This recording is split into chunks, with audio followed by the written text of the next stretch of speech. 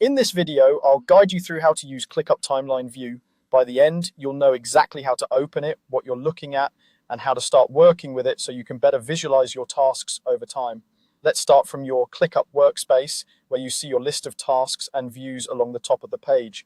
The first thing you want to do is look for the button labeled Plus View in the top bar.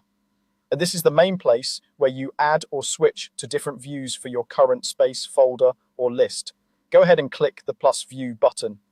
When you do, ClickUp will open a small menu that lets you choose the type of view you'd like to add. This includes things like list, board, calendar, and of course, timeline. Take a second to scan that menu and find the option labeled Timeline. Once you see Timeline, click on it. As soon as you select it, ClickUp will create a new timeline view for the area you're in, and your screen will switch over to that layout. You'll notice the interface changes from a simple list of tasks to a horizontal timeline that stretches across days, weeks, or months, depending on how you have it set. Now that you're in timeline view, you can see your tasks laid out over time.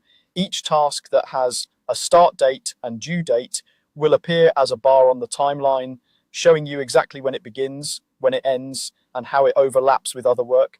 This makes it much easier to understand your schedule at a glance and to spot any clashes or gaps. If some tasks are not appearing, it usually means they don't have dates set yet.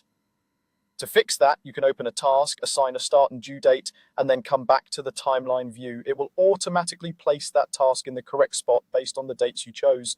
You can also adjust the time scale to match how you like to plan. Depending on your setup, you may see options to zoom in or out, letting you focus on a single week for detailed planning, or zoom out to see an entire month or more at once. And this flexibility helps you manage both short-term tasks and long-term projects in the same view. Another helpful thing to know is that you can usually click and drag tasks directly on the timeline to adjust their dates. If you need to push something back a day or extend it by a couple of days, simply drag the edges of the taskbar or move the whole bar along the timeline. This gives you a very intuitive way to reschedule work without digging through multiple menus. Once you've set up your timeline view the way you like it, you can keep coming back to it whenever you need that big picture overview.